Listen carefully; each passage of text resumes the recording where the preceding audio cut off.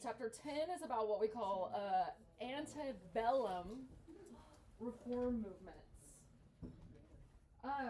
So one thing about this, like about reform movements, is the political cartoons and things they're pretty top notch. Some of them, like they're pretty interesting when you look at some of the propaganda that was created in the political cartoons. And we didn't get into it a whole lot in this module because I think they get even better in the next wave of reform. Okay, because there is actually going to be a next wave of reform, which brings me to why we call this the antebellum reform movement. Because antebellum means before the Civil War. Okay? Next semester, after the Civil War, there's going to be a round of reform, and we're going to call that the progressive movement. And it's going to be actually a lot of the same things, a lot of the same movements. They just kind of pick up where they left off. And so one reason I did these terms right here is because I don't want to assume that you know what all of these words mean. And they're not defined like throughout the slides. They're just we're going to kind of preload them. And so again, antebellum just means before the Civil War. A reform, that's like an improvement in society.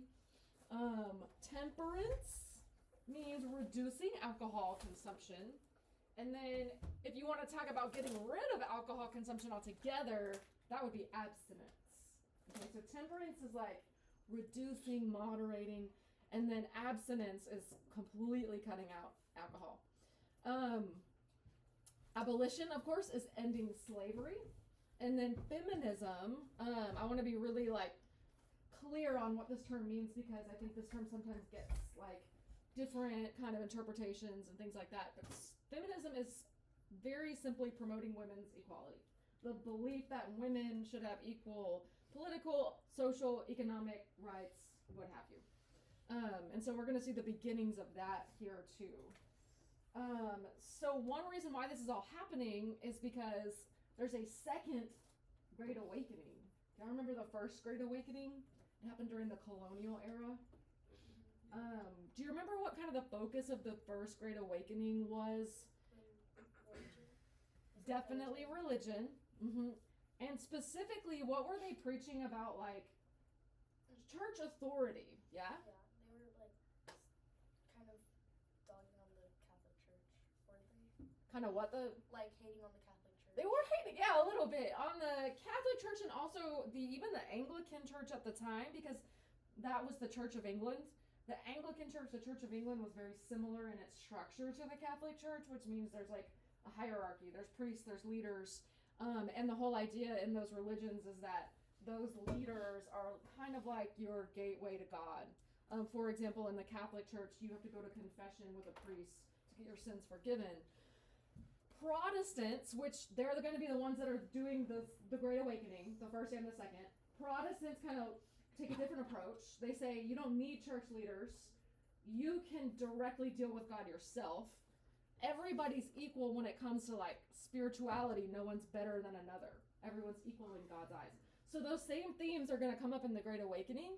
And so the other thing that's going to come up is they're going to start telling Christians, hey, if you're a Christian, you can't just sit around and do nothing. If you're a Christian, you have to go out and bring God's kingdom here and now. You have to go out and do the work. And so kind of this religious revival encouraged people to look around and say, what are some problems I'd want to fix in society? And that's how some of these reform movements really started ramping up. And so remember there's that term evangelical. Evangelical is used a lot of times to describe Protestants. Remember, Protestants are just Catholics that aren't Christian. That's also not Eastern Orthodox, but we won't get into that. As far as in America, Protestants are Christians that aren't Catholic. We also describe them as evangelical. And evangelical means going and spreading the good news of God. And so during the Second Great Awakening, they were also encouraged to go do good deeds, go do good works. And so here are some of the issues they decided. When I say they, I mean like the Christian evangelicals. They decided to start focusing on. And the first one is going to be institutions. Forget which order it goes in. And institutions is just going to be like general things. An institution is like an organization. It could be it could be prison. It could be some kind of official organization or like setup that the government has created. And so we saw lots of different institutions being reformed during this time. There's a big push for jail reform. And so like instead of just throwing people in jail to punish them, jail needs to become a place of rehabilitation. Let's talk about that. Yeah, they go into that on the next slide. Reforming things like opening more mental asylums. Oh, lovely. Instead of people just going to jail, if the problem is they have a mental problem, maybe they need a different kind of help. So let's open up places where they can get the mental help that they need. Focusing more on things like orphanages and poorhouses and just generally helping people in need. Dorothea Dix is kind of known as the mother of mental health because she created one of the first American mental health asylums. They definitely would have called them back then things like insane asylums and stuff like that, for sure. We don't use those terms anymore.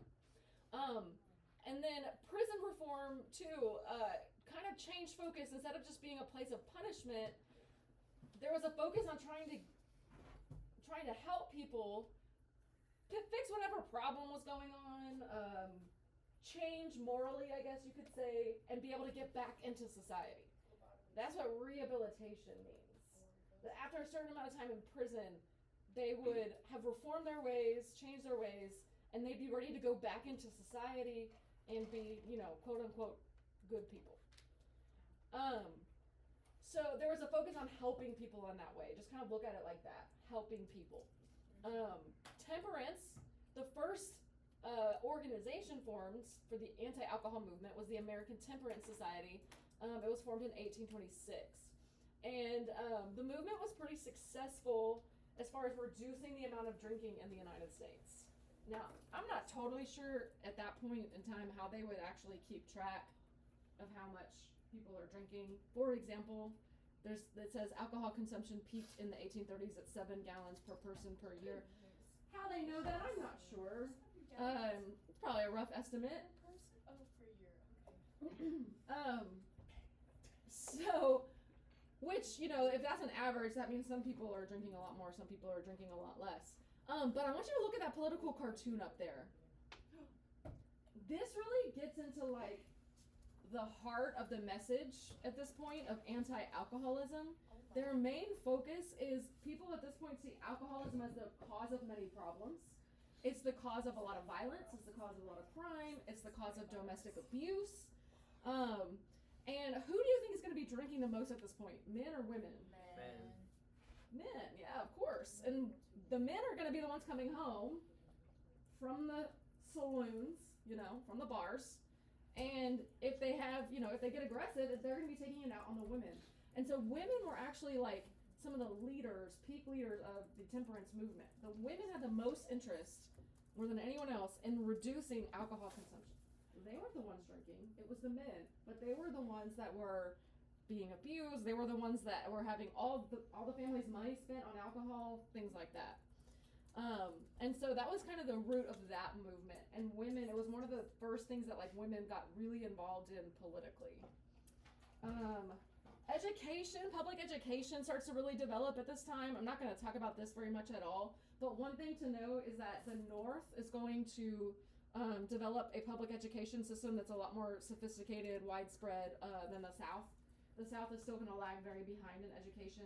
There's not really going to be like public schools the way that there are in the North. They call them common schools. And part of that is because still they're very spread out in the South. And so instead of going to school, the richer families would have like tutors come to them and things like that.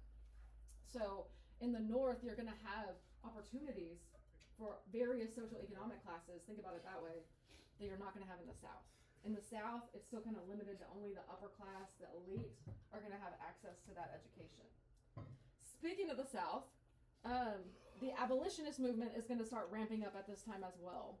And in fact, the abolitionist movement is going to be, of all the movements we talked about, or are going to talk about today, the abolitionist movement is going to be the most successful.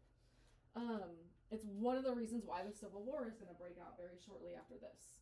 But just to remind you, abolitionism's been going on for a while at this point, going all the way back to the Quakers. right from the beginning, the Quakers were abolitionists. They were anti-slavery. Free Black Americans have always been anti-slavery. Abolitionism's not new. It's just starting to pick up some ground. And in fact, they're going to change their message a little bit. So they're going to abolitionists are going to have a little bit more of a radical message. Up until this point, it's been pretty common for abolitionists to argue for what's called gradual emancipation. So like slowly, for example, some states might say, well, we're not going to immediately emancipate slaves, but the children of the current slaves can be free when they turn 25 or something like that. That would be an example of gradual emancipation, right? We're not going to make it all happen right now, but we're going to start planning for it. Well, the new abolitionists say, no.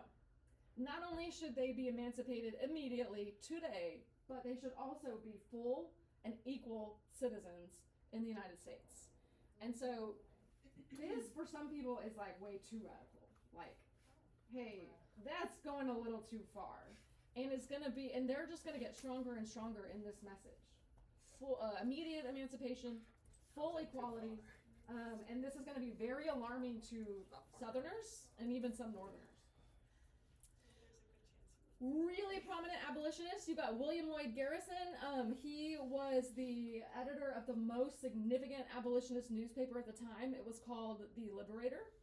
And then, of course, Frederick Douglass had his own unique perspective because he himself had been a slave and escaped slavery. And then he had an education and he became a writer and a speech giver. You're actually in the primary sources this week. You see part of his speech where he really takes a shot at.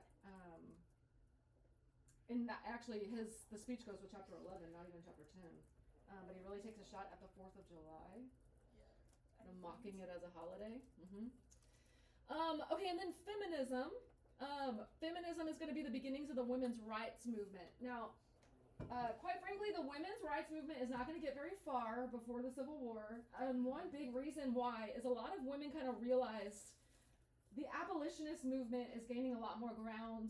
There's a lot more momentum here, and they kind of a lot of women put their focus into abolitionism instead of feminism at the time. And then after the Civil War, they'll get back to the feminism.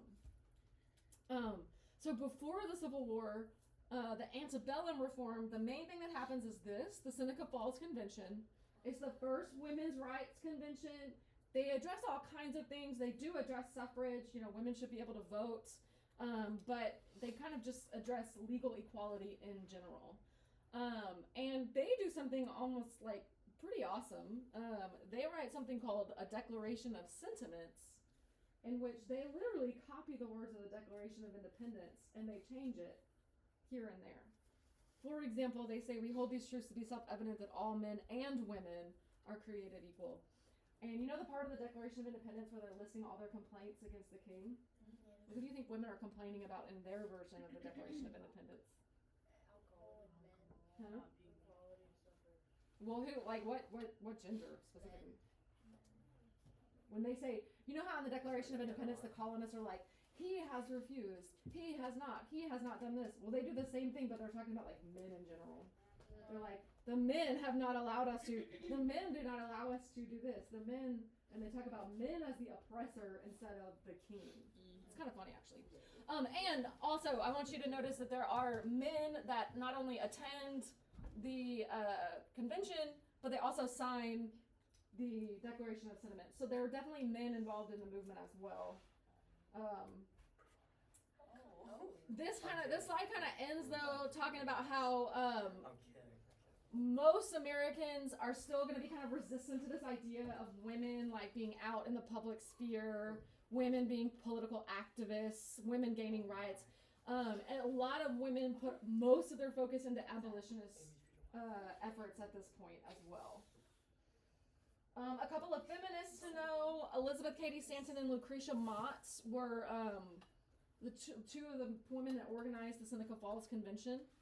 And I believe, I can't remember, it's always like Elizabeth Cady Stanton either dies right before or like right after the 19th Amendment gets passed. Which 19th Amendment gave women the right to vote? she died I wouldn't say right before, like 18 years before. Maybe it's Lucretia. I don't know. But anyway, these are going to be the organizers of the women's rights movement initially. But you know, women aren't going to get the right to vote until 1920, and the Seneca Falls Convention was 1848. So it's going to be a 70-year process. And that is the end of that chapter. Do y'all have any questions about that? It's pretty